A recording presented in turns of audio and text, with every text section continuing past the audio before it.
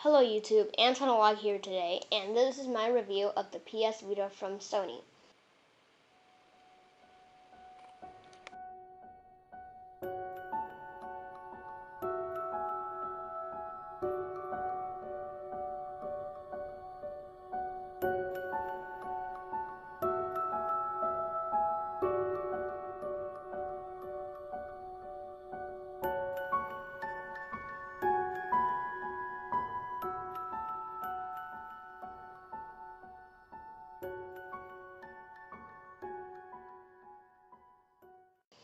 If we take a look around the device, we can find the power button and the volume rocker on top, as well as a slot for games and a slot for an unknown accessory from Sony that has yet to be announced. There are also shoulder buttons on the top and right-left corners of the PS Vita. On the bottom, there's a 1.5mm headphone jack and a charging port. On the front, you're going to find both a 5-inch OLED screen as well as a D-pad and PlayStation buttons. There are two analog sticks for first-person shooters and a VGA front-facing camera. The analog sticks are kind of small, and I wish they would be concave instead of a convex dome. There's also a home button as well as a start and select buttons. On the back, there's a back-facing camera for augmented reality and a rear touchpad for games. The Vita can fit in a large pocket, but it would probably get smashed because of the analog sticks. The PS Vita has no internal storage, so you have to buy a memory card that's pretty pricey. 32 gigabytes is $100 and 4 gigabytes is $20. That's one of the biggest flaws in the PS Vita, but overall the design and build quality is solid and great. The PS Vita has a quad-core ARM Cortex A9 chip inside and a 1080 by 720 5-inch OLED screen.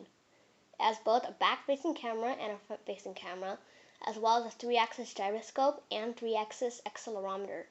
It has built-in dual stereo speakers that sound great and an SGX 543 MP4 GPU. Now I'm going to talk about the OS on the PS Vita.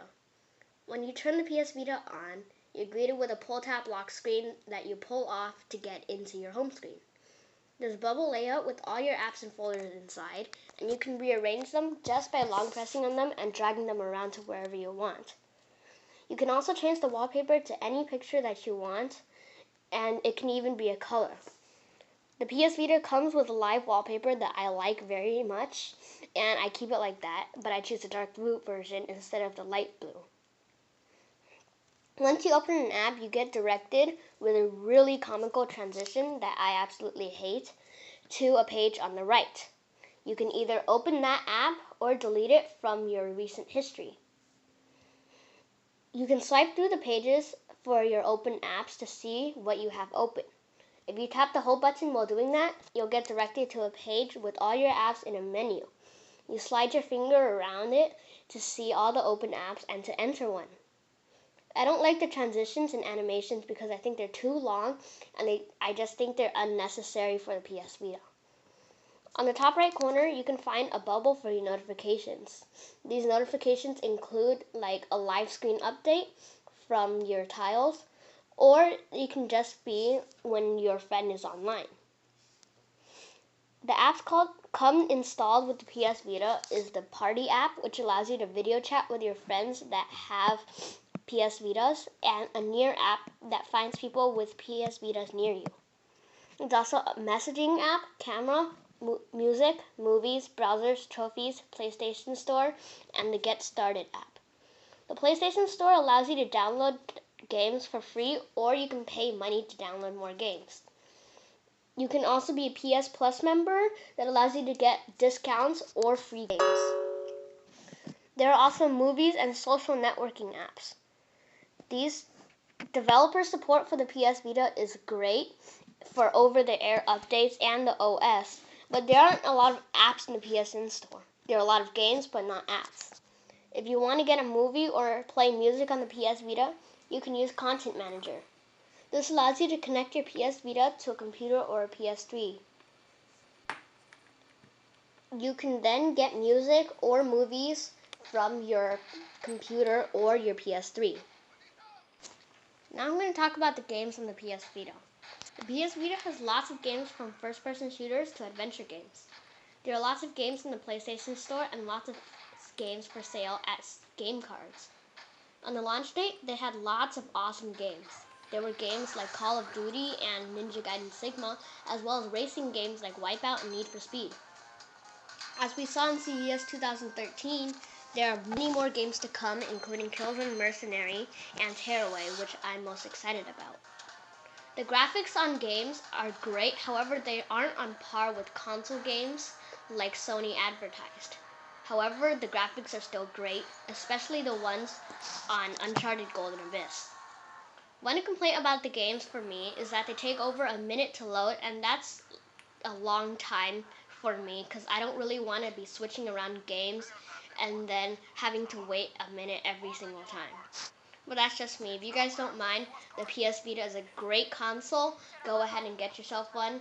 It's kind of cheap, it's great, it's powerful, and I just like the PS Vita very much.